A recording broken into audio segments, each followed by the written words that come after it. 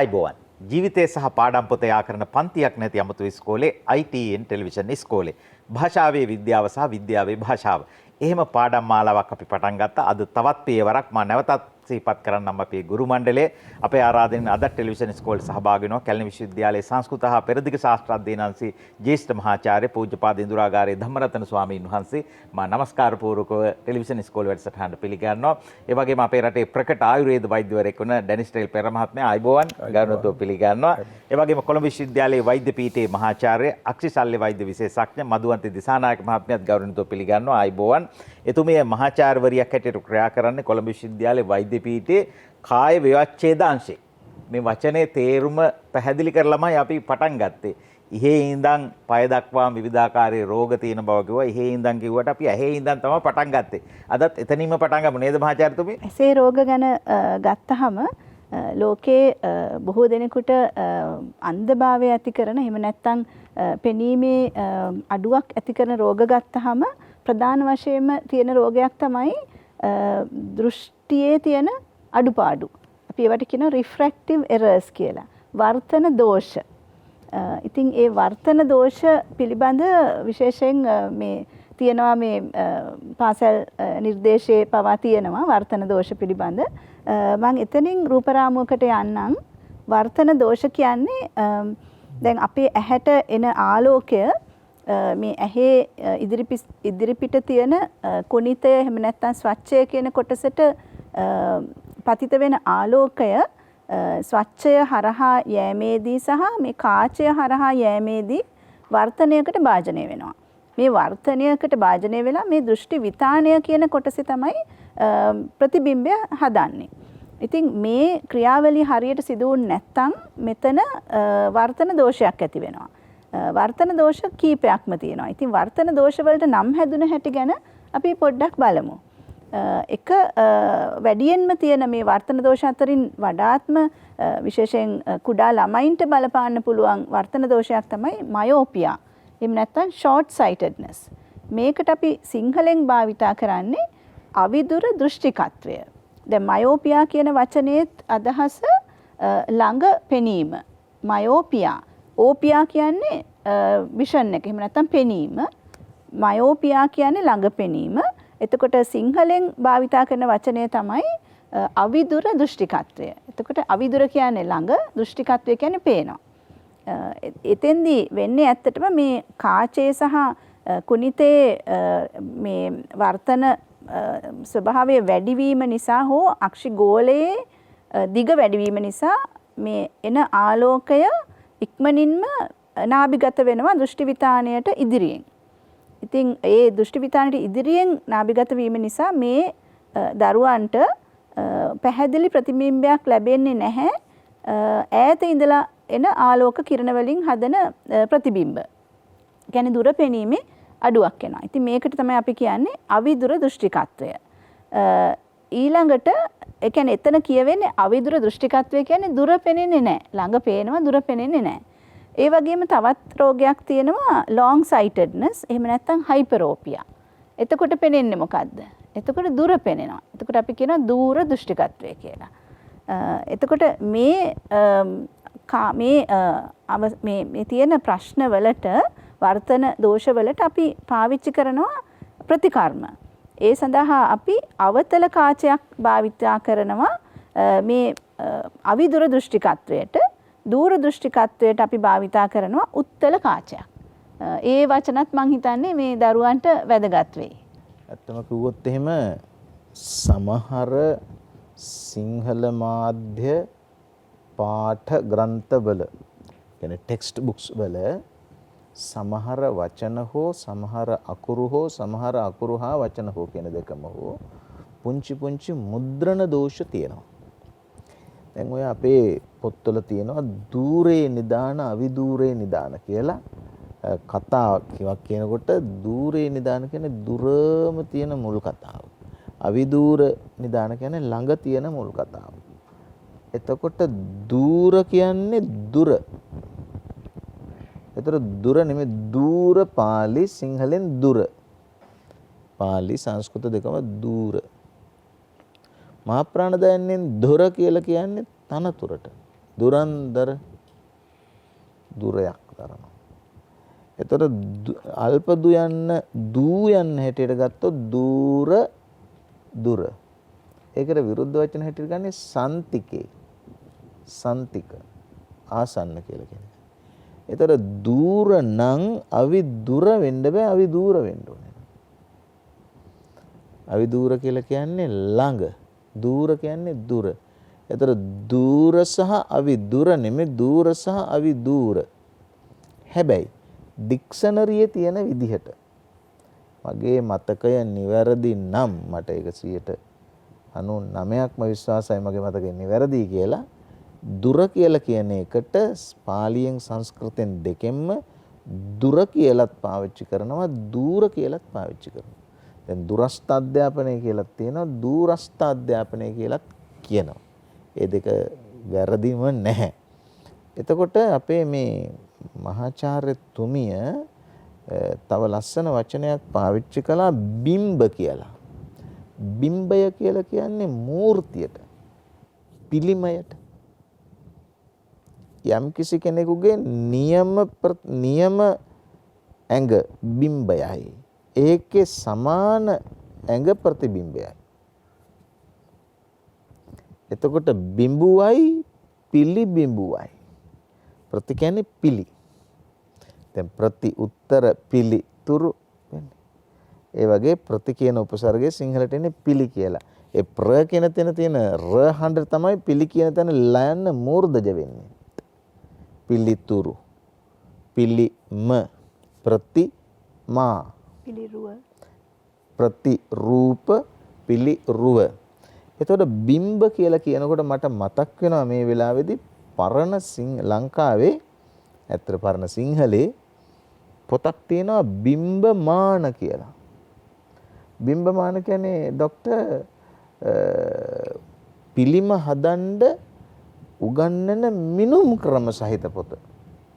බුදු පිළිමයක් හදනවා නම්, දේව පිළිමයක් හදනවා නම් මේ මුළු ඇඟ, දේහය නැත්තම් මේ කාය නැත්තම් ශරීරයේ තියෙන ප්‍රමිතියක්. ඒ ප්‍රමිතිය මං චූට්ටක් පාවිච්චි කළාට කමක් නැද්ද? ප්‍රමිතිය කියන්නේ ප්‍රමිතිගත මානකයක්. දැන් උදාහරණයක් වශයෙන් ගත්තොත් එහෙනම් මේ අත කියමුකෝ. මේ අතේ තියෙනවා මෙන්න මෙතන අල්ල. මේ අල්ලේ අත පටන් ගන්න තැන මෙතන තියෙනව නේද මේ චේන් මාක් එකක්. මොකද්ද නිකන් චේන් එකක් වගේ එකක්, රේඛාවක් තියෙනවා මේ අතේ. මෙන්න මෙතන. ඒ අතේ චේන් එකේ ඉඳලා මෙතෙන්ට දක්වා. ඒ කියන්නේ උඩම ඇඟිල්ලේ උඩ තැන දක්වා. එතකොට මෙතන සිට මෙන්න මෙතන දක්වා තියෙන දුර ප්‍රමාණය යනු යමෙකුගේ මෙන්න මෙතන සිට නිකටේ සිට කෙස් පටන් ගන්නා තැන දක්වා වන දුර ප්‍රමාණයයි. ඒක මිම්මක්. මෙහෙම අත මිට මොලෝපුවාම මේ අත මිට මොලෝපුවාම මේ ප්‍රමාණය තමයි මගේ හදවතේ ප්‍රමාණය. ඒතර මගේ හදවතේ ලැබුම් ගන්න තියෙන ඉඩ ප්‍රමාණය මේ තියෙන්නේ. මේ තියෙන්නේ අත් දෙක මිට මොලෝපුවාම ඒකේ තියෙන්නේ මොනවාද? පෙනහළු වල ප්‍රමාණයයි. අත් දෙක දිගහැරලා මෙන්න මෙහෙම අංජලි පුට මේකට කියන්නේ. අංජලි පුටය. ඒ කියන්නේ ටැප් එකකින් වතුර පිටතට නොයනසේ යල්ලන ප්‍රමාණය කියන්නේ මගේ ආමාශයේ ප්‍රමාණය. ඒ කියන්නේ මෙච්චර කාපුවාම ඇඟට ඇති. හිතට පොඩ්ඩක් මදි. ඇඟට ඇති. දැන් එහෙ වගේ මානක ක්‍රම තියෙනවා. ඕනෑම කෙනෙකුගේ මේ S2 තියෙනවනේ මේ ඇහැ. ඇහි මෙන්න මෙතන තියෙන්නේ. ඒ ඇහි මෙන්න මෙතන කියලා කියන්නේ හරියට කන පටන් ගන්න තැන. කණ්ඩ පටන් ගන්න තැන නෙමෙයි. කන පටන් ගන්න තැන. එහෙම නැත්නම් කන්නඩිය දාන්න බෑනේ. එතකොට මේක මානකයන් අපිට උගන්වලා තියෙනවා ඔය කියන පොත සංස්කෘත භාෂාවෙන් තියෙන්නේ. ඒකත් කියන්න එපාය. එතකොට බිම්බමාන කියන පොත සාරිපුත්‍ර කියලා තව පොතක් තියෙනවා. ඒවැය තියෙන විදිහට දැන් යම්කිසි කෙනෙකුගේ මූණක් ගත්තොත් එහෙම ඒ මූණ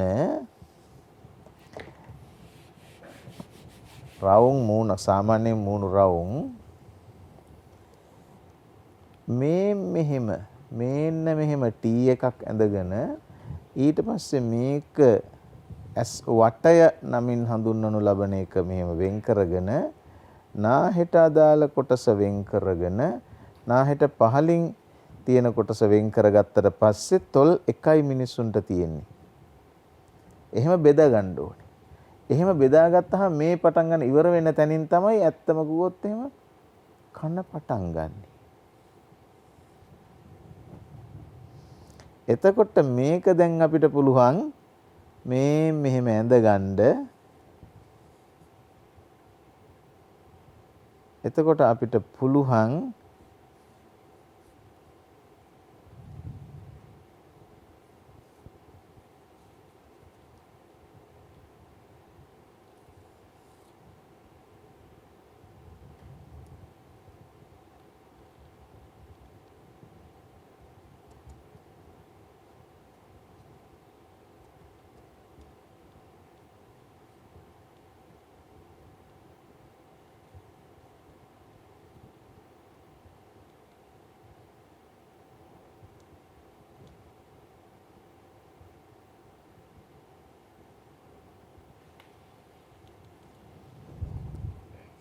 ඒ තමයි මිනුම් ක්‍රම.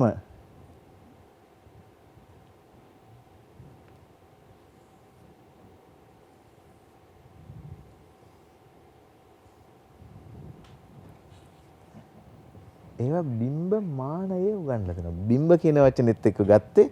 ඉතින් මේවා දැන් මේක මේ විදිහට තිබිච්චාම බලන්නකො මේ ළමයාගේ ලස්සන. ඒක ලොකු වෙනසක් කරන්න ඕනේ නෑ ඊගාවට. ඊගාවට වෙනස් කරන්න තියෙන්නේ බොහොම ටිකයි. ඊගාවට වෙනස් කරන්න තියෙන්නේ මෙහි.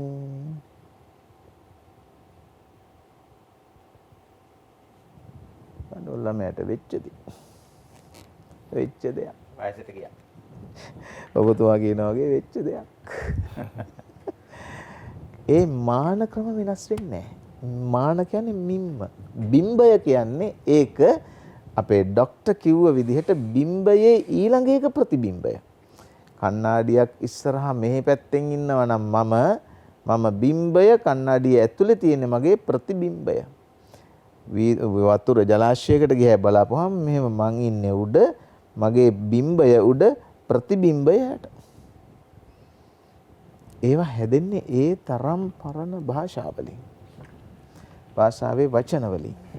කේශාන්තයේ සිට පාදාන්තයේ දක්වා තියෙන විවිධාකාරයේ රෝගාබාධ කියන අපි කිව්වා ඉහේ ඉඳන් පටන් ගන්නවා කියට ඇහේ ඉඳන්නේ පටන් ගත්තේ. වෛද්‍යතුමා දැන් ඔය ලෙඩ රෝග මහාචාර්යතුමියත් මතක් කළා මේ අක්ෂි රෝග විවිධ ඒවට විවිධ නම් කියනවා කියලා කිව්වේ. උනාට ඔක්කොටම අපි කිව්වේ ඇහේ අමාරුව කියලා. ඇහේ රුදාව. ඔය හුඟක් ඒවට එහෙම පොදු වචන සාමාන්‍ය වහරේ තියෙන රුදාව. ඇහේ රුදාව. ඇහේ අමාරුව. එහෙම නේද? ඔව්. ඒක සාමාන්‍ය භාවිතයනේ. ඒ කියන්නේ සාමාන්‍ය රුදාව ගාය දාලා අපි සාමාන්‍යයෙන් ලෙඩක් හඳුන්වන ක්‍රමය තමයි ජන ව්‍යවහාරයේ තියෙන්නේ. රත ගාය. නේද? එතකොට ඒකෙන් අපි අදහස් කරන්නේ රක්ත රෝග තමයි ඔක්කොම රත ගාය කිව්වේ. පොඩි දරුවන්ට ඇති වෙන. මම හිතාගෙන හිටියේ රත ගාය කියන්නේ මේ කාර් ගන්න. මා ප්‍රාණ තයන්න දැම්මා. කාර් ගන්න තියෙන. මා ප්‍රාණ තයන්න. ඔය තයන දෙක මාරු වෙච්ච අවස්ථා සෑහෙන්න තියෙනවා. මේ ශරීරය ඇතුළෙත් තියෙනවා. අපි පස්සේ අර විපත එහෙම නේද? එතකොට ඔය රුදාව කියන එකත් ඒ වගේම අපේ පොත්පත්වලත් අපේ දේශීය වෛද්‍ය පොත්පත්වල ගොඩක් ඔය ජන ව්‍යවහාරයේ වචන තියෙනවා.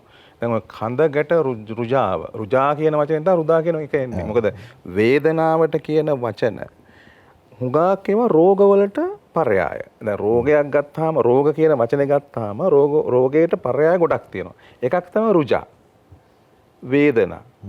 ආතංක. ඒ විදිහට පර්යාය කියන්නේ සමාන පද තියෙනවා. එතකොට රුදාව කියන එකත් ඒ විදිහේ මොකද රුජා කියන එකෙන් තමයි එළදෙන්නේ. මොකද ඕනම රෝගයක මූලිකම පොදු ලක්ෂණයක් තමයි වේදනාව කියන එක. ඒක අපහසුතාවයක් හැමතිස්සෙම. ඒතර වේදනාවේ විවිධ පරාශයන් තියෙනවා.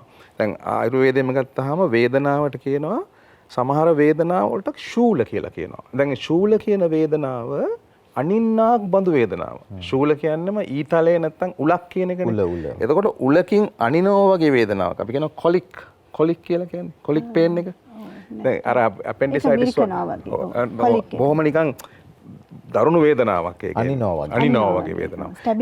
ස්ටැබින් පේන් එක. එතකොට ශූල. තව එකක් තියෙනවා තෝද කියලා එකක් තියෙනවා. තෝද. තව ඒක නිකන් තෝද කියන්නේ අදිනවා වගේ. අදින්නාක් මෙන් වේදනාව. ඕෂ කියලා එකක් තියෙනවා. ඕෂ කියන්නේ දවන්නාක් වගේ අදහසක්. ඔව් පුච්චනවා. දැවිල්ල. ඕෂ. එතකොට ශූල කිව්වහම එක විදිහේ වේදනාවක්. ඕෂ කියන්නේ එකක්. තෝද කියන්නේ එකක්. ඒ විදිහට අර වේදනාවේ ස්වરૂපය විස්තර කරන වචන තියෙනවා. වචනේ අර්ථය තමයි වැදගත් වෙන්නේ. දැන් අපි ළඟටත් ලෙඩ්ඩු ඇවිල්ලා සමහරලාට කියන්නේ ඒ වේදනාවේ ස්වરૂපය. මම සීමාවාසික පුහුණුව කාලේ පොඩි අධ්‍යයනයක් කළා. ඒ අනුරාධපුර දිස්ත්‍රික්කයේ රෝගීන් තමන්ගේ වේදනාව ප්‍රකාශ කරන ආකාරය ගැන. මම වාර්තා කරා ඒ වගේ ආකාර 30 ගණනක්. ඒ කියන්නේ ඒ සමහර පළාත්වල ඒක කියන්නේ නැහැ. දැන් අපි උදාහරණයක් කරලා කියමුකෝ. ඒගොල්ලෝ කියනවා මහත්යෝ බඩේ ට්‍රැක්ටරයක් යනවා වගේ දැනෙනවා. ඒක ඒගොල්ලෝ ඒ ගොවිතැන කරන නිසා තමයි ඒගොල්ලෝ ඒක කියන්නේ. අන්න ඒ වගේ. අන්න ඒ වගේ මිනිස්සු මේ වේදනාව ප්‍රකාශ කරන්නේ Tamanට තවත් පරිසරයේ තියෙන දෙයක් එක්ක. ඒකට අපි පාරිභාෂික වචන නැහැ සමහර වෙලාවට. ඉතින් ඒවත් අපිට සමහර වෙලාවට වෛද්‍යවරු හැටියට අත්දකින්න වෙනවා. ඉතින් ඔය මගේ රුදාව කියන අදහසින් ගත්තේ අපි තව ටිකක් ඉස්සරහට කතා කරමු තව ඒ වගේ දේවල්. ඉතින් අපට රුදාවය හැබැයි ඒ රුදාව වෙන එකක්. සමහරවිට රුදාව හොඳ වෙනවා. සමහරුගේ රුදාව නම් අපේ හැමෝටම හොඳ කරන්න බෑ. ඒවට ගාය කියලා කියනවා. සංහස රුදාව කියන්නේ ප්‍රදාහය කියන එකමද? නෑ රුජා වචනේ ඇත්තටම රුජා කියන වචනේ සිංහලට අරන් තමයි රුදාව කියලා සිංහලීකරණය වෙලා තියෙන්නේ. රුජා කියලා කියන්නේ ඇත්තම කිව්වොත් එහෙම කිසියම් වේදනාවක් වේදනාවේ ප්‍රකාශන මාධ්‍ය විවිධයි. ඒ අනුව තමයි මේ ડોක්ටර් ප්‍රකාශ කළේ මේක හරි හොඳ අධ්‍යයනයක්. ඔය වෛද්‍ය විද්‍යාවේ දොස්තර වෛද්‍ය වෘත්තිය කරන්න එන ආධුනිකයන්ට විශේෂයෙන්ම මේ රෝගියාගේ මොනවාද ඒකට කියන්නේ එක්ස්ප්‍රෙෂන්ස් ඒගොල්ලොන්ගේ හැඟීම් ඒගොල්ලොන්ගේ ප්‍රකාශන මාධ්‍ය වටහා ගැනීම සම්බන්ධයෙන් ලොකු පුහුණුවක් තිබිය යුතුයි සහ තිබිය හැකියි. මොකද වේදනාව කියන්නේ එකක්, රිදෙනවා කියලා කියන්නේ තව එකක්. ඒකේ ප්‍රකාශන විදිය තමයි අනිනවා වගේ, අදිනවා වගේ, පිච්චෙනවා වගේ, ට්‍රැක්ටරයක් යනවා වගේ, හාරනවා කඹයකින් දාලා බැඳලා අදිනවා වගේ. ඒ කියන්නේ අපි වෛද්‍ය විද්‍යාව දන්න කෙනෙක් කියන ප්‍රකාශනය නෙමෙයි වෛද්‍ය විද්‍යාව නොදන්න කෙනෙක් ප්‍රකාශ කරන්නේ. ඒ සියල්ලටම තියෙන පොදු නාමය සාමාන්‍ය පොදු ගුණාකාරය තමයි ওই රුජාව කියලා කියන්නේ. මම ඇහුවේ ස්වාමීන් වහන්සේ දැන් අපි රුජාව එහෙම නැත්නම් ප්‍රදාහය කියන එක ගත්තොත් ඉන්ෆ්ලමේෂන් කියන එකට සමාන කරොත් ඒකේ කොටස් තමයි red hot tender swelling and loss of function. ඒ ඔක්කොම ටික ප්‍රදාහයේ ලක්ෂණ කියලා කියන්නේම නිකන් ගිනි ගන්නා සුළු කියලා කියන එකනේ. එහෙමයි. ඒතර ඒකම තමයි ඔය සිංහල වචන ප්‍රදාහය කියන්නේ. දාහය කියලා කියන්නේ දැවෙනවා කියන එක. එහෙමයි. දාහය කියලා කියන්නේම ගින්දරකින් පිච්චෙන එක. ඉන්ෆ්ලේම් වෙලා. ඒතර ෆ්ලේම් එකක් තමයි ඒකේ. ඉන්ෆ්ලේම් කියලා කියන්නේ ගිනි ගන්නා සුළු ස්වභාවය. එතකොට ඒ වගේ රෝගයක් තියෙනකොට ඇත්තටම රෙඩ් කියන්නේ මොකද රුධිර වාහිනී විස්තරණය වෙලා රතු වෙනවා. ඊළඟට හොට් කියන්නේ එතන රුධිර වාහිනී වැඩිපුර ලේ එන නිසා එතන රස්නේ වෙනවා. ටෙන්ඩර් කියන්නේ වේදනාව.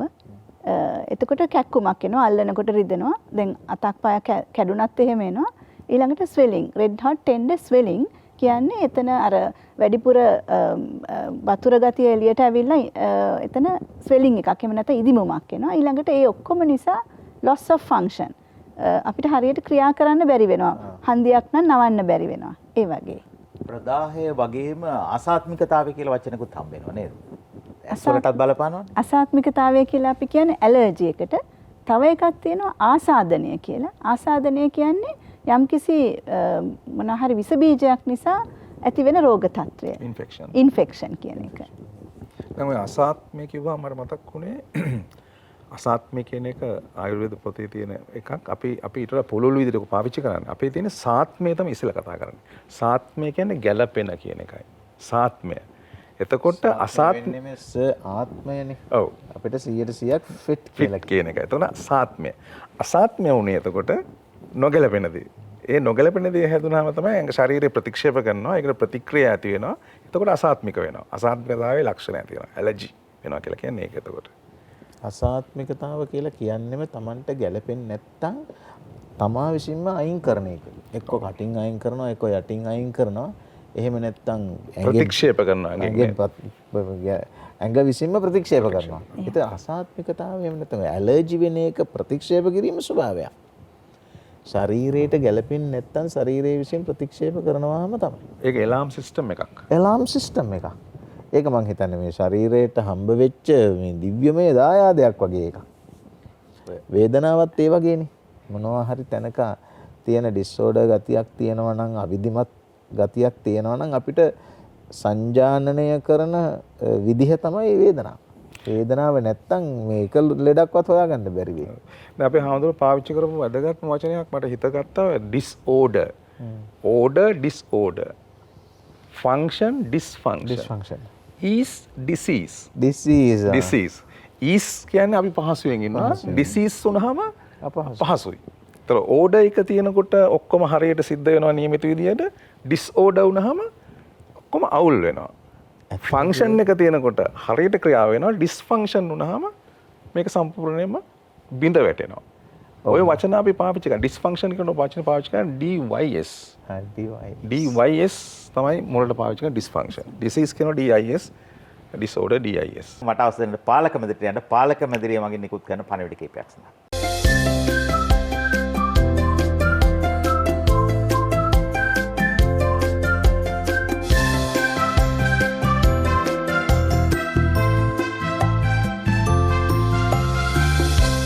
මට චූට්ටක් දෙන්න විනාඩියක්. වචන 3ක් තියෙනවා මේ ශරීරයේ ඇතුලේ තියෙන ස්වභාවය හරිම මම මේ ලියන සමහර ඉංග්‍රීසි වැරදි ඇති, සංස්කෘතයි සිංහලයි වැරදි නෑ. දැන් ඔන්න අපි හිතමුකෝ ඔය කියාපු සෑම ශරීරාංගයකටම පොදු කාරණා 3ක් තියෙනවා. එක ඒවා ස්වභාව වෙනස් කරන්න බෑ, අවොයිඩ් කරන්න බෑ, ඒකට ප්‍රතිචාර දක්වන්න බෑ. එක තමයි කල්ලිකුත් වීම.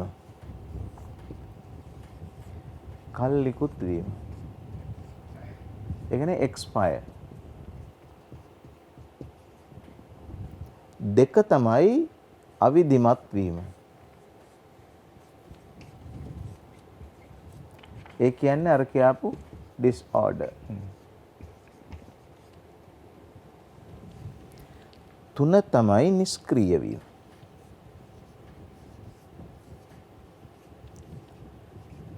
විකට ස්ටොප් කියලා දාමු. මේක වළක්වන්න බෑ මේ ඇඟ ඇතුලේ. අනිවාර්යයෙන්ම එක්ස්පයර් වෙනවම තමයි. කල්ලිකුත් වෙනවම තමයි. එකක් කල්ලිකුත් වෙනවා මිසක් ඔක්කොම කල්ලිකුත් වෙන්නේ නැහැ හුඟක් වෙලාවට. ඇහි කාලය ඉක්ුත් වෙනකොට කනේ කාලේ තියෙනවා. කනේ කාලේ ඉක්ුත් වෙලා සමහරුන්ගේ ඇහි කාලේ තියෙනවා. එතකොට හොඳට පේනවා ඇහෙන්නේ නැහැ. එතකොට මේ අපි දැන් මට 60යි. මට වෙච්චහම මගේ මොනවාද ලේවල කාලේ ඉක්ුත් වෙලා. මගේ හදවතේ ස්ටෙන්ට්ස් 4ක් දාලා තියෙනවා. හදවතේ කාලේ ඉක්ුත් වෙලා. සමහර ඒවාද මේ හැමේ කාලේ ඉක්ුත් වෙලා නැහැ. එතකොට බුදුහාමුදුරුවෝ දේශනා කරනවා මේක ඊටාම අනිවාර්ය ස්වභාවයක්. ස්වභාවයට කියන්නේ පාලියෙන් ධම්මෝ කියලා. ධම්මෝ කියලා පාලියෙන් කියන එක තමයි ධම්ම කියන්නේ ධම්මතා, ධර්මතා. ඒතර කල්ලිකුත් වීමට මොකද්ද කියන්නේ? ජරා ධම්මෝ. කල්ලිකුත් වීම ස්වභාවය. අවිධිමත් වීම ස්වභාවය. අවිධිමත් වීම කියලා කියන්නේ අර ඉස්සෙල්ලා මම කිව්වා වගේ ඔබතුමාට තේරුණා වගේ මේ තමයි ස්වභාවය නැති වෙලා ගියාම මේ ඕඩර් එක නැතිවෙච්චාම ඩිසෝඩර් වෙනවා. ඉතින් අපි ડોක්ටර් ගාවට යනවා. ડોක්ටර් මොකද කරන්නේ? ආයෙ ඕඩර් එකට ගෙනත් නවත්තලා තියෙනවා. නැති වෙන එකක් ඇති කරන එකට තමයි වෛද්‍ය ප්‍රතිකාර කියලා කියන්නේ. එතකොට මේ අවිධිමත් වීම, ඩිසෝඩර් වීම, ඕඩර් එකට තියලා තියෙන එක මේක අනිවාර්ය ස්වභාවය. මේක වළක්වන්න බෑ. ප්‍රතිකාර කොට මරණය කල් දැමිය හැක නැවැත්විය නොහැක. ඒතර මේකට මොකද්ද කියන්නේ? මේකට කියනවා ව්‍යාධි ධම්මෝ කියලා. අනිවාර්යෙන් නිෂ්ක්‍රීය වෙනවා. වළක්වන්න බෑ. එතකොට ජරා ධම්මෝ, ව්‍යාධි ධම්මෝ, අනිවාර්යෙන්ම මරණ ධම්මෝ. මේ කියලා කියන්නේ නවත්තන්න බෑ. ටිකක් කල් දාලා එහා මෙහා කරගන්න පුළුවන්. හැබැයි මේවා ධම්මෝ කියන්නේ ධර්මතා. පිපෙන එක ධර්මතාවක් නම් මර වෙන එක අනිවාර්ය ධර්මතාවක්ම තමයි. මම එකතු කරන්න එකක් දැන් අර කිව්වා වගේ ප්‍රහාඳුරෝ ගිය පාර වැඩසටහනේදී ඊට වැදගත් කාරණයක් කිව්වා මේ අර අපි දැන් අපේ තියෙන తত্ত্বය පල්ලෙහාට වැටුනහම ඒක තිබිච්ච තත්ත්වයට ගත්තාම නිරෝගීකම. ඊට පොඩ්ඩක් උඩට ගත්තොත් සෞඛ්‍යය කියලා. ඒක හරිය වැදගත් ප්‍රකාශයක්. මොකද අපි කවුරුත් දන්නවා මේ ලෝක සෞඛ්‍ය සංවිධානය 1948 දී සෞඛ්‍ය සඳහා නිර්වචනයක් දුන්නා. ඒ නිර්වචනයේ තියෙන කොටස් දෙකක්. ඉස්සෙල්ලම ඒගොල්ලෝ පටන් ගන්නේ health is a state of physical, mental and social well-being. Not merely a absence of කියලා දෙවෙනි කොටස පටන් ගන්නවා. මොකක්කින් තොර නොවීමද ඒ කියන්නේ? කිසියම් ආකාරයක ආබාධයකින් එහෙම නැත්නම් රෝගයකින් තොරවීම පමණක් නෙවෙයි සෞඛ්‍ය කියන්නේ. සෞඛ්‍ය කියන්නේ එතනින් එහා දෙයක් එතකොට. එතකොට ඒකෙම කියනවා අර පල්ලෙහා කොටස නිරෝගීකම. ඒ කියන්නේ රෝගයකින් තොරවීම නිරෝගී බව. එතනින් උඩට අපි අර state of well-being කියන එක යහ තත්වයේ පවත්වා ගැනීම තමයි කායික මානසික සමාජික දැන් ආධ්‍යාත්මික කියන කටසොත් ඇවිල්ලා තියෙනවා. ඇත්තම කිව්වොත් එහෙම සෞඛ්‍ය කියන වචනේ හැදෙන්නේ. සෞඛ්‍ය කියන වචනේ ව්‍යාකරණානුකූලව ගත්තොත් ඔබතුමා නිවැරදිව දන්න විදිහටම තද්දිත රූපයක්. සුඛ කියලා කියන එකෙන් හැදෙන. සුඛ කියන්නේ සුවය. සෞඛ්‍ය කියන්නේ සැපය ඇති කියලා කියන එකයි. ඔව්. එතකොට ඒකට කියන්නේ ඇත්ත වශයෙන්ම වෙල්නස්. එතකොට නිරෝගී වෙන එකට කියන්නේ health. එතකොට health and wellness. දැන් අපි ආයුර්වේදයේ පාවිච්චි කරන වචන තමයි එන්නේ ඇදී ස්වාස්ථ්‍ය. ස්වාස්ථ්‍ය. එතකොට ස්වාස්ථ්‍ය කියලා කියන්නේ නැත්නම් ස්වාස්ථ්‍ය කියලා කියන්නේ සෞඛ්‍ය සම්පන්න හෝ ඒ කියන්නේ ඒකත් අද්දිත් රූපයක්. එතකොට ඒ තත්වයට තමයි මේ කියන්නේ. හැබැයි ඊට වැදගත් දේ තමයි ආයුර්වේදයේ කතා කරන්නේ ස්වාස්ථ්‍ය පුද්ගලයා ගැන. දැන් අපේ හාමුදුරනේ මිනුම් ගැන කිව්වනේ. ඒ මිනුම් හරි පෞද්ගලිකයි. ඒකට අපි කියවේ සුසංහත ශරීරය. සුසංහත ශරීර. ඒකේ කියනවා අපේ ශරීරයේ අපේ මිම්මෙන් මොනවද කොහොමද තියෙන්නේ? අර කිව්වා වගේ ආමාශයේ ප්‍රමාණය. ආමාශයේ ප්‍රමාණය මේ වගේ හතරක් හැබැයි ඛණ්ඩ ඕනේ එකෙන් භාගයයි. ආමාශයෙන් අපි ගත්තොත් එහෙම ආමාශය භාගයක් ආහාර ගන්නවා. හරි. භාගයක් වතුර. භාගයක් හිස් තියන්න ඕනේ. හරි. ඒක තමයි නියමය. හිස් තියන්න ඕනේ. භාගයක් එතකොට මෙතන භාගයයි අපි ඝන ආහාර ගන්නෙ. හැබැයි මේ ඝන ආහාර කුහාම ඩෙසර්ට් එකත් එක්ක මේ. සමහර විට අර ඩෙසර්ට් එකට මේ ඔක්කොම භාගයයි. ඒතර මෙතන තියෙනවා කාලක් වතුර වලට. මෙතන වාතය සඳහා තියෙනවා කාලක්. 4න් 3ක් ඉතුරු කරන්න ඕනේ. 4න් 3ක් නෑ භාගයක් ඉතුරු. 4න් එකක්. ඔව් 4න් එකක් ඉතුරු කරන්න ඕනේ. 4න් එකක් හැමතිස්සෙම ඉතුරු. ඒතකොට ඒක මේ සුසංහත ශරීරය කියන්නේ මෙන්න මේ මිමි. දැන් අර අපේ හාමුදුරුවෝ කියන්නේ මෙතෙන්ට එනකන් මිම්ම එතනින් එහා අපි ඇඟිලි 4ක් මේ අතර තිබ්බාම අපිට හම්බ වෙනවා ඔළුවේ මැද හරියටම අධිපති මර්මය. ඒක ඉතාම වැදගත්. ඔය සර්ප විෂ වෙදකමේදී එහෙම සිහි මූර්ඡා වුණාම රෝගීන්ට ඔළුවේ මේ හිස පළලා මෙතන බෙහෙතක් දාලා මෙතෙන්ට ගිනි කබලක් තියලා රත් කරනවා. සිහි මූර්ඡා වුණාම. මෙන්න මේක තමයි එතන ඒ ස්ථානය. අධිපති මර්මයකට කියන්නේ. ඒතර ඒක අධිපති මර්මය කියන්නේ අපේ අර කුඩා කාලේ හිස් කබලේ එකතු වෙන්නේ නැතුව අර තෙල් වල කියලා ඉතුරු වෙන්නේ. තෙල් වල කියලා පිටුරු කරනවානේ. අපි කුඩා දරුවන්ගේ අර හැම විතරක් තියෙන්නේ. ටික කාලයක් යනකොට ඒක හා වෙන්නේ එතන අර හිස් කබලේ අස්ථි තුනක් ඇවිල්ලා ආන්න එතනයි. බ්‍රහ්ම රන්ධරය. බ්‍රහ්ම රන්ධරයට. ඒ බ්‍රහ්ම රන්ධරය කියලා කියන්නේ බ්‍රහ්මයාගේ චිද්‍රයනේ. ඔව් රන්ධ්‍ර කියලා කියන්නේ අඩුව හිස් තැන සිදුර කියලා කියන එක. එතෙන් තමයි විශ්වාස කළේ ඕනේ කාලේ ආත්මය මරණයෙන් පස්සේ එළියට යනවා කියලා. බ්‍රහ්මයා සමග එකතු වෙනවා කියලා. ඒකට කියන්න ඕනේ මොකද? ස්වස්ථය කියනකොට අපි තියනවා මේ ස්වස්ථ භාවයේ පිළිබඳව මේ අපේ තියෙන නිර්ණායක. අපේ තියෙන සම දෝෂ, සම අග්නි, සම මල, ඊළඟට සම දෝෂ, සම අග්නි, සම ධාතු,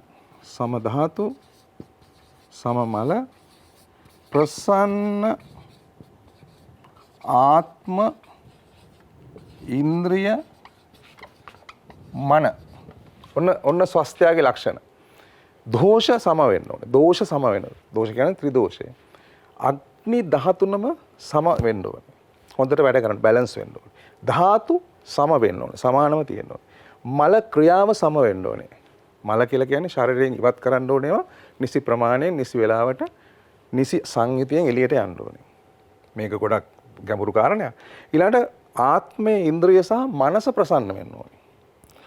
ඔන්න ඔය ඔක්කොම එකතු වුණාම තමයි පුද්ගලයෙක් සෞඛ්‍ය සම්පන්නයි කියලා කියන්නේ. එතකොට අර ලෝක සෞඛ්‍ය සංවිධානයේ තිබිච්ච දේට වඩා චුට්ටක් එයාට ගිහිල්ලා වගේ තේරෙනවා. ඒ නිසා මම තව වචනයක් අඳුනලා දෙන්නම්. අර ඩිස්ෆන්ක්ෂන් කිව්වා වගේ අපේ තියෙනවා මේ වැදගත් මේකක් ලක්ෂණයක් අපේ සිස්ටම් එකේ. ඒකට අපි කියනවා හෝමියෝස්ටැසිස් කියලා. මේක ක්ලෝඩ් බර්නාඩ් කියන ෆිසියොලොජිස්ට් තමයි අඳුනලා දුන්නේ. හෝමියෝස්ටැසිස්. හෝමියෝස්ටේසිස්. ඔව්. හරි නේද? ස්පෙලිං. හෝමියෝස්ටේසිස්. හෝමෝස්ටේසිස්. මේකට කියනවා සමස්ථායි භාවය. සමස්ථායි භාවය. මොකද්ද මේකෙන් කියන්නේ? අපේ ශරීරයට ස්වභාවිකව ලැබිලා තියෙන ඉතා වැදගත් හැකියාවක්. යම් කිසි අවස්ථාවකදී කිසියම් බාහිර බලපෑමක් නිසා මේක ඇතුලේ වෙනස්කමක් වුණොත් මේකට පුළුවන් තමා විසින්ම ඒ తත්වය සාමාන්‍ය බවට පත් කර ගැනීම හැකියාවක් තියෙනවා. එක්තරා සීමාවන් තුල. මේක තමයි අපි වෛද්‍ය විද්‍යාවෙන් උගක් කලාවට ප්‍රතිකාර දීලා වැඩි දියුණු කරන්නේ. ඒ නිසා තමයි හිපොක්‍රටිස් කිව්වේ මොකද්ද කිව්වේ මේ වෛද්‍යවරයා කියන්නේ සුව කරන්නා නෙවෙයි සහාය වන්නා. ස්වභාව ධර්මයට සහාය වන්නා. ඒ සහාය වන්නේ වෙන්නේ මේකට මේ. ශරීරය ඇතුලේ ස්වභාවිකව තියෙනවා මේ හැකියාව. අපි ඒකට සහාය දෙනවා පිටින්. සමස්ථායි භාවය. මේක හරියම වැදගත් මේ සමස්ථායි භාවය. ඒ සඳහා තමයි අපි හුඟක් කලාවට අපේ ආහාර සහ චර්යාව මේවා හරහා මේක දිනු කරන්නේ. ඒ නිසා තමයි අපිට අර ප්‍රතිශක්ති පද්ධතිය උනත් හොඳට තියාගන්න පුළුවන්. මට හිතෙනවා දෙකටම චුට්ට හරි මේ ටික කියලා දීලා තියෙනවා නම් හොඳයි. දැන් කොවිඩ් ආසාදිතව ආයි වැඩි වෙනවයි කියලා කතාවක් තියෙනවා මාධ්‍යත් වාර්තා වෙනවා. මහාචාර්යතුමී ඔව් ඇත්තටම ආසාදනයක් කියලා කියන්නේ යම්කිසි විස බීජයක් නිසා ඇති කරන රෝගයකින් බලපෑමට ලක්වීම ආසාදනයක් කියන්නේ. එතකොට ඒක වෙන්න පුළුවන් අපි බටහිර වෛද්‍ය විද්‍යාවේ අපිට ගන්න පුළුවන් වෛරස්, බැක්ටීරියා, ෆංගස්, ඒ වගේ පරපෝෂි වර්ග, ඒ වගේ ඕනෑම දෙයක් නිසා ඒ ශරීරයේ ඇතුළට එන විස බීජ රෝග කාරකයක් නිසා ඇතිවෙන රෝග තත්ත්වයක් ආසාදනයක්. ඉතින් මේකෙදී ශරීරය අර කලින් වෛද්‍යතුමා කිව්වා වගේ මේ ශරීරයේ ප්‍රතිශක්තිය තියෙනවා නම් සමබරතාවය තියාගන්න පුළුවන් නම් එතකොට රෝගියාට එකකින් බලපෑමක් වෙන්නේ නැහැ. අවමයි බලපෑම. නමුත් යම්කිසි හේතුවක් නිසා ඒ රෝගියා දැනටමත් ප්‍රශ්නයකට මුහුණ දීලා ඉන්නවා නම් නැවත ඒ හිතපු තත්ත්වයට එන්න අමාරු නම් එතකොට රෝගියාට රෝගය වැළඳෙනවා. එතකොට තමයි අපි වැඩිපුර වෛද්‍යවරු හැටියට ප්‍රතිකාර කරන්න අවශ්‍ය වෙන්නේ. නැත්නම් හැම පුද්ගලයාටම කොවිඩ් වෛරසය නිරාවරණය වුණා කියලා රෝගී වැළඳෙන්නේ නැහනේ. අන්න ඒ වගේ තත්ත්වයක් තමයි අපිට පේන්නේ. ආසාදනයකදී ආසාදනය වෙන පුද්ගලයා අපි කියන ආසාදිතයා කියලා. එතකොට දැන් අර එයාටම අපි කියන ධාරකයා කියලානේ. ඒ කියන්නේ ධාරකයා කියලා රෝගය දරා ගන්න කියන හොස්ට් කියලා කියන්නේ. ඔව්. ආසාදනය සමහර වැරදිට ලියනවා නේද මා ප්‍රාණදායන ලියලත්. ඔව් මා ප්‍රාණදායන ලියුවොත් ඒක වැරදි. සාධනය සහ ආසාදනය කියලා කියන. ඒතර හදනවා කියලා කියන එකයි ඒකේ තියෙන හදනවා කියලා කියන්නේ. ඔය ප්‍රතිශක්ති කියන වචනේ තියෙනව නේද? හැම වෙලාවෙම මම ඉස්සෙල්ලත් කිව්වා ප්‍රති කියන උපසර්ගයේ තේරුම නිකන් අර ඉදිරියෙන් ඉඳගෙන ඊට ඒකට ප්‍රතිචාරම තමයි දක්වන්නේ.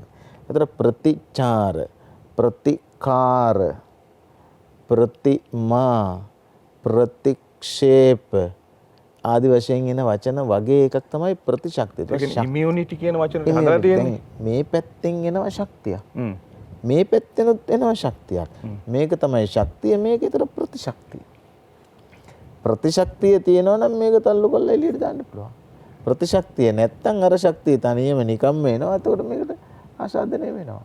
ඒ හින්දා ශරීරයක් ඇතුලේ අර ප්‍රතිශක්තික භාවය, පිළිතුරු සැපීමේ හැකියාව, ප්‍රතිචාර දැක්වීමේ හැකියාව, නිසි ප්‍රතිචාර දැක්වීමේ හැකියාව. අපි පාපය හඳුනන පාවිච්චි කරනවා ඔකට වචනයක් ක්ෂමතාව කියලා. ඔව් ක්ෂමතාව. ඉතින් හරි ක්ෂම කියලා කියන්නේ ඉතින් හැකියාව කියලා කියන්නේ. ක්ෂමතාව. ඒ කියන්නේ තමා සතු ශක්තිමත් භාවය තමයි ක්ෂමතාව කියලා කියන්නේ. එහෙම තියෙනවා නම් හරි. දැන් ගල් ගෙඩියකට ගැහුවට රිදින්නේ ආන් ඒ වගේ ක්ෂමතාවක් තියෙන්න ඕනේ. ඇත්තම කිව්වොත් ඔය ඉස්සර කාලේ අපේ රටේ ජොගින් ට්‍රැක් නොතිබුණු කාලේ අපි ගොවිතැන්පත් කරලා කරපු ක්‍රියාකාරකම් ටික ડોක්ටර් ඇත්තටම හදාරන්න පුළුවන් නම් ඒ ක්‍රියාකාරකම් වලින් මාංශ පේශි වෙනත් අංග එහා මෙහා වෙච්ච විදිහ ගැන හැදෑරීමක් කරන්න පුළුවන් නම් උදාහරණයක් වශයෙන් ගත්තොත් අපේ ගෙදර මම පොඩි කාලේ මම දැක්කා කුල්ල තියෙන්නේ බිම. කුසියම් තැනක එල්ලලා තිබුණට කුල්ල තියෙන්නේ බිම. ඒතර අම්මලා මෙහෙම පිටි කොටනවා. පිටි කොටනකොට හැලෙනවා. හැලෙනකොට නැමෙනවා. නැමිලා ආයෙ චුට්ටක් වෙනවා මේක දානවා. ආයෙ කොටනවා. දැන් මේ ශරීර අංගෝපාංග කොච්චර ප්‍රතිශක්තික භාවයෙන් ඔය කියන ක්ෂමතාවටපත් වෙනවද? දැන් මගේ අපේ විශ්වවිද්‍යාලයේ එක්තරා ආචාර්යවරයෙක් මම නම කිව්වට කමක් නැහැ. ආචාර්ය වැලියංග කියලා කියන මගේ හිතවතා බොහොම හිතවත් ළඟ මිත්‍රයෙක්. එතුමා වැඩි හරියක් පරීක්ෂණ කරන්නේ ඔය අර කොලේ ගැන ත්‍රිලෝක විජය පත්‍රය ගැන. එතුමා එක සැරයක් ආටිකල් එකක් ලියලා තිබුණා කොමොඩ් එක. කොමොඩ් එකයි කොමොඩ් එක නැති වැසිකිළිය වල වැසිකිළිය කියලා අපි කියන්නේ. ඒ කාලේ කාන්තාව අම්මලා තාත්තලා කවුරුත් වැසිකිලි කරන විදිහ අපි කවුරුත් වැසිකිලි කරන විදිහ. ඊට පස්සේ කොමඩ් එක හඳුන්වා දීම. කොමඩ් එකෙන් පස්සේ මේ කකුල් දනිස්ස අමාරු වෙන විදිහ. ඊට පස්සේ දරු ගැබට සහ දරුවන් හදන්න තියෙන හැකියාවට ඒක බලපාලා තියෙන විදිහ. ඒ වගේ ගත්තාම වෙල්ලි පැනල්ලේ එල්ලේ ගහන තැන දක්වා කුස්සියේ ඉඳලා අර මොකද්ද මේ මිරිස් අඹරන ගල පාවිච්චි කරපු තැන දක්වා අතු ගාන එක දක්වා දැන් අපේ හඳුන්නේ ඕක දැන් අපේ වගේ රටක එච්චර අපි නොසලකා හරියට දැන් වෙනම විද්‍යාවක් තියෙනවා ඕකට බිහි වෙලා කයිනෙසියොලොජි කියලා. කයිනෝ කියලා කියන්නේ ක්‍රියා කරන එක කියන එකයි. කයිනෙසියොලොජි කියන්නේ ක්‍රියාව පිළිබඳ විද්‍යාව. ඒතර මේක ඇත්තට වැඩිපුරම දැන් අධ්‍යයනය කරන ස්පෝර්ට් කරනකොට යම් ක්‍රියාකාරීත්වයන් කරනකොට මේ ශරීරයේ අපේ මසල්ස් එතකොට මේ අපේ තියෙන අස්ථි ක්‍රියා කරන විදිය එක කෝණයන් ඒවට ගොඩාක් සංකීර්ණ විද්‍යාවක් ඒ කියන්නේ ෆිසියෝതെරපි වලදී එහෙම ඒවා කෝණ මැනලා ඒවා බර ප්‍රෙෂර් එක මයින්නවා. ඉතින් ඇත්තටම මේ විෂය ගැන අපේ විශේෂඥයෝ ඉන්නවනම් මෙන්න මේ අර පැරණි අපේ සාම්ප්‍රදායික ඒ ජීවන රටාවේ කරපු ක්‍රියාකාරකම් ගැන හොඳ අධ්‍යයනයක් කරන්න පුළුවන්. ඉතින් ප්‍රශ්නේ තියෙන්නේ ඒවා කරන්නේ නැතිකම. පැහැදිලිවම කිව්වොත් එහෙනම් පසුගිය කාලේ ගෑස් නැතුව තිබුණා, පෙට්‍රල් ටිකක් අඩු වෙලා තිබුණානේ. මිනිස්සු අර පරණ විදිහට උයන්න පටන් ගත්තාම, පරණ විදිහට ශරීරයේ නමන්න දිගාරින්න ගත්තාම, පරණ විදිහට බයිසිකල් පදින්න ගත්තාම ඇත්තටම මිනිසුන්ට තේරුණා ටිකක් පරණ එක ටිකක් හොඳයි කියලා. ප්‍රශ්නේ තියෙන්නේ ආයෙ ගෑස් ආවනේ. ආයෙ පෙට්‍රල් ආවනේ. ඒකෙන් ඒක අමතක වෙලා ගියා. නමුත් ඇත්ත වශයෙන්ම කොත් ඒ පරණ ක්‍රියාකාරකම් දැන් මට මතකයි අපේ අම්මලා පොල්ලතු කපලා දියේ දානවා. දියේ දාලා පොල්ලත්ත කළු පාට වෙනකන් ඉඳලා ගොඩට අරගෙන ඒක දෙපැට මැදින් හැන්දෑවට බිම වාඩි වෙලා මේ පොල්ලත්ත වියනවා. මොනතරම් නිරෝගී භාවයක් එතකොට ඒකේ මේ ශාරීරික නිරෝගී භාවය විතර නෙවෙයි. නැත්තම් මානසික ඒකාග්‍රතාව. මානසික මේ අපේ ඇති වෙන මේ ස්නායු වල කෝඩිනේෂන් දැන් ඔය පැදුරු වියන එකේ රටා වියනකොට ඒ රටා වියන එක හරි අමාරුයි මොළයට. ඒක පරිගණකගත කළා වගේ එක. වෙනත් රටවල ඔය ඇල්සයිමර් රෝගය වළක්වන්න ඒගොල්ලෝ නිර්දිෂ්ට කරලා තියෙන දේ තමයි නිටිං ගොතන එක. ඉතින් අපිට බැරිද මේ වියන එක බලන්න කොහොමද මොළයට බලපන්නේ?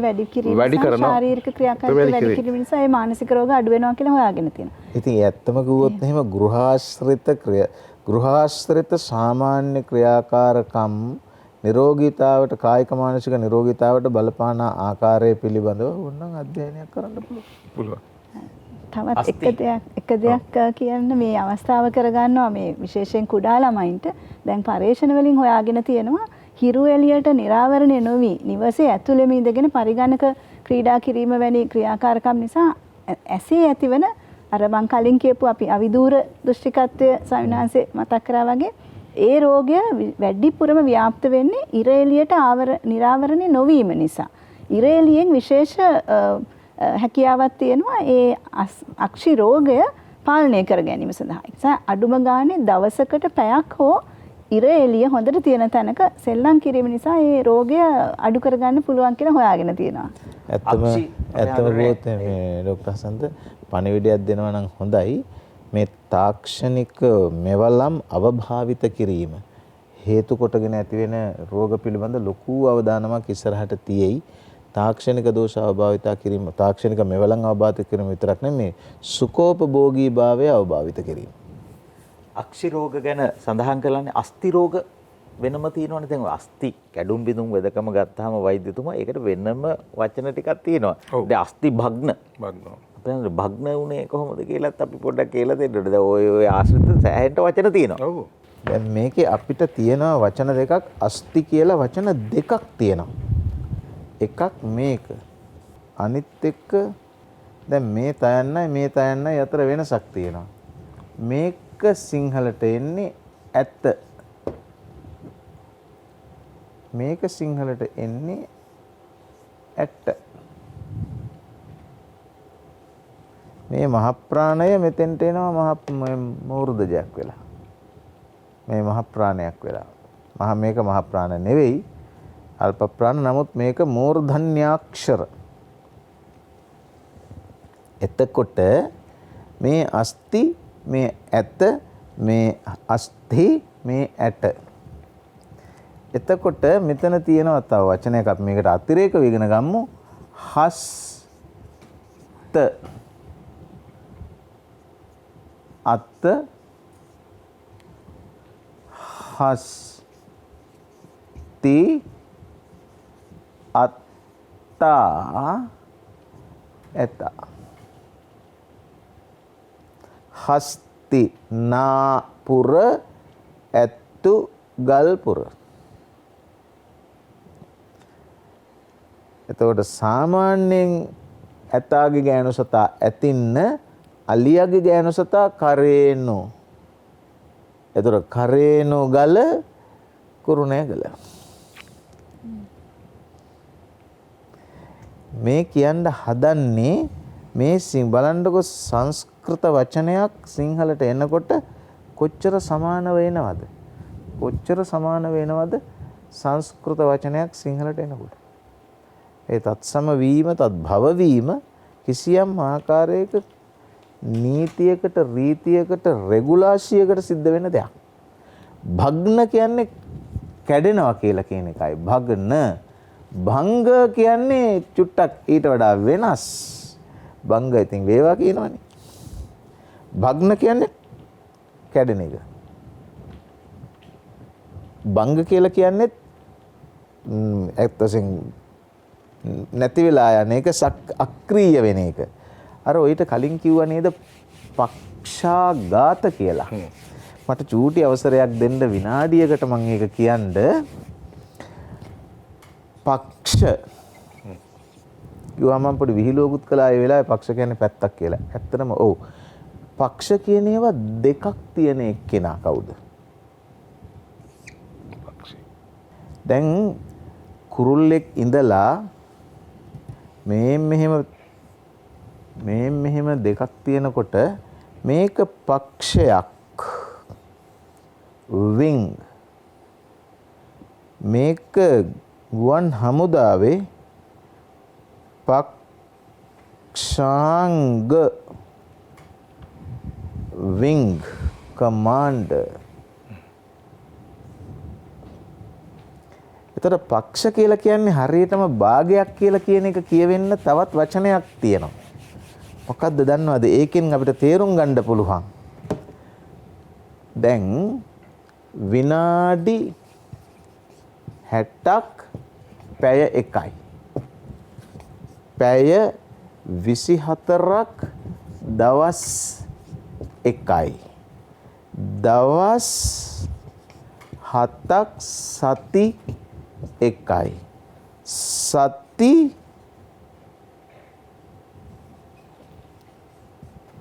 4ක් මාස 1යි. සති 2ක් පක්ෂ 1යි. පුර පක්ෂය සහ අව පක්ෂය එක්ක විතර මාස 1යි. පක්ෂ කියන්නේ භාගෙ මාසෙන් භාගෙ. අව පස්ස පුර පස්ස. පක්ෂ කියන්නේ පස්ස. අව පස්ස. අහසට තරු ලකුණක් සී. පක්ෂ කියලා කියන්නේ අපි ගත්තාම පාටි කියලා කිව්වට ඒක ඇත්තටම තේරුම තමයි පැත්ත කියලා කියන්නේ. පක්ෂ ආඝාත. පැත්තක් ආඝාතයට ලක් වීම පක්ෂාඝාතය කියන්නේ. එතන පක්ෂ කියලා කියන්නේ තේරුම. ලේසි නෑ පක්ෂයක් හදන එක. පක්ෂයක් හදාගත්තට වැඩකුත් නෑ අනිත් පක්ෂේ නැත්තම් වැඩ කරන්නේ. අර කැඩුම් අපේ භග්න චිකිත්සාව කියන එක අර ආයුර්වේදයේ නම් ශල්‍ය අංගයට ඇතුල් වෙන්නේ. ශල්‍ය ගැන කිව්වම මට ඒකත් මම පොඩ්ඩක් මතක් කරන්නම්. අපි ශල්‍ය කියන එකට අපි දෙන නිර්වචනය තමයි ශරීරය තුළ යම්කිසි ආගන්තුක දෙයක් තියෙනවා නම් ඒකට අපි කියනවා ශල්‍යයක් කියලා. ඒතකොට ශල්‍ය කර්මය කියන්නේ ඒක ඉවත් කිරීම සඳහා කරනු ලබන ප්‍රතිකාරය. ඒතකොට ඕනම දෙයක් ශරීරයට ආගන්තුක නම් ආගන්තුක කියලා කියන්නේ ඉවත් කළ යුතු මට්ටමට ඇවිල්ලා නම් ස්වභාවික නැත්නම් ඒක ශල්‍යයක්. ඒතකොට පිටින් එන්න පුළුවන් ඇතුලෙන් එන්නත් පුළුවන් ඒක. එතකොට ඒ ශල්‍යාංගයේ යටතේම තමයි කැඩුම් බිඳුම් අපි මේ ශල්‍ය තන්ත්‍රය යටතේ තමයි තියෙන්නේ. ඒකට අපි භග්න චිකිත්සාව අපේ දේශීය වෛද්‍යකර්මයේ කැඩුම් බිඳුම් කියලා කිව්වට ඕක අපේ පොත්පත්වල ඕක තවකට දීර්ඝයි ඔක ඩිස්ක්‍රිප්ෂන් එක. කැඩුම් බිඳුම් ඇනුම් කෙටුම් තැලුම් විදියට කියනවා. කැඩුම් බිඳුම් තැලුම් ඇනුම් කෙටුම් කැපුම්. කැඩුම් බිඳුම් කැපුම් කෙටුම් තැලුම් ඇනුම්. එතකොට ඒ ඔක්කොම තමයි ඔකට ඔය වෙදකම හරිනේ. එක තැනක් කැඩුනහම කැඩිච්ච නැති තැන්වල තව තියෙනවා තැලුම්. තැලුම් තියෙනවානේ. එතකොට කැඩුම් බිඳුම් වෙදකමේදී අපි පාවිච්චි කරන පාරිභාෂික වචන ගොඩාක් තියෙනවා. අර දැන් අපේ හඳුනන අවපක්ෂය පුරපක්ෂය වගේ අපේ තියෙනවා චන්ද්‍ර ගණයේ ඖෂධ තියෙනවා සූර්ය ගණයේ ඖෂධ තියෙනවා. හරි හරි. එතකොට හන්දි උණු වෙන්න සූර්ය ගණයේ ඖෂධ. හන්දි එකට එකතු වෙන්න අපි හන්දි වෙනවා කියන්නේ එකතු වෙනවා කියන්නේ හන්දි වෙනවා වෙදකමේදී. එතකොට ඒකට චන්ද්‍ර ගණයේ ඖෂධ සන්ධාන ඖෂධ. සන්ධාන ඖෂධයකට කියන්නේ. එතකොට මේකේ සමහරලාට අපි කියන උලුක්කුව කියලා එකක් තියෙනවා. උලුක්කුව කියන්නේ ඒක සාමාන්‍ය ජනතාව පාවිච්චි කරන වචනයක්. ඊළඟට ඔය මේ ඇමැට්ටිය කියලා තව වචනයක් තියෙනවා. ඇමැට්ටිය කියලා එකක්. ඊළඟට ඕක කැඩුම් බිඳුම් හොඳ වෙලා සමහරුන්ට කාලයක් තිස්සේ කැක්කුම තියෙනවා. ඒකට කියනවා පේන්දුව කියලා. ඒ කියන්නේ ලෙඩේ හොඳයි. හැබැයි ඇතුලෙන් තාම අර පටකවල ප්‍රශ්න තියෙනවා කැක්කුම තියෙනවා. ඒවට පේන්දුව. ඒවටත් අපේ වෙද මහතුරුනේ වෙදකම් කරනවා. ඒක උලුක්කු අදිනවා කියලා එකක් තියෙනවා. ඊළඟට ඒවට තෙල් සාත්තු කරනවා. එතකොට කැඩුම් බිඳුම් තෙල් වලට අපි දැන් කැඩුම් බිඳුම් වලට පත්තු බඳිනවා. පතුරු තියෙනවා. ඒතර මේවත් අපේ අනිත් එක තමයි හසන්ත මං හිතන්නේ ඔය හැම අපේ වචනයක්ම පිටිපස්සේ තියෙනවා අර අර්ථයට අමතරව තාක්ෂණයකුත් තියෙනවා. දැන් අපි ගමු පත්තුව කියලා. දැන් පත්තුව කියන එකට ඉංග්‍රීසියෙන් අපි පේස්ට් කිව්වට අපේ වෙදකමේ පත්තුව හදන්න දන්නේ නැනේ පේස්ට් එක දන්න කෙනා. මොකද පත්තුව හදන්න ක්‍රමයක් තියෙනවා. මැල්ලුම හදන්න ක්‍රමයක් තියෙනවා. එතකොට ඒ හැම වචනයකම තියෙනවා තාක්ෂණයකුත් තියෙනවා ප්‍රොසෙස් එකක් තියෙනවා. ඒකයි හරි වැදගත් වෙන්නේ අපේ සාම්ප්‍රදායික වචනවලදී. පත්තු බඳින එකයි පත්තු වෙන එකයි දෙකක්. සම්පත්තු වෙන්න පුළුවන්. භාෂාවේ විද්‍යාව සහ විද්‍යාවේ භාෂාව ගැනයි ටෙලිවිෂන් ඉස්කෝලෙන් අප කතා කරන්නේ. තවත් පියවරකින් මුණ ගැහෙමු. ආයුබෝවන්.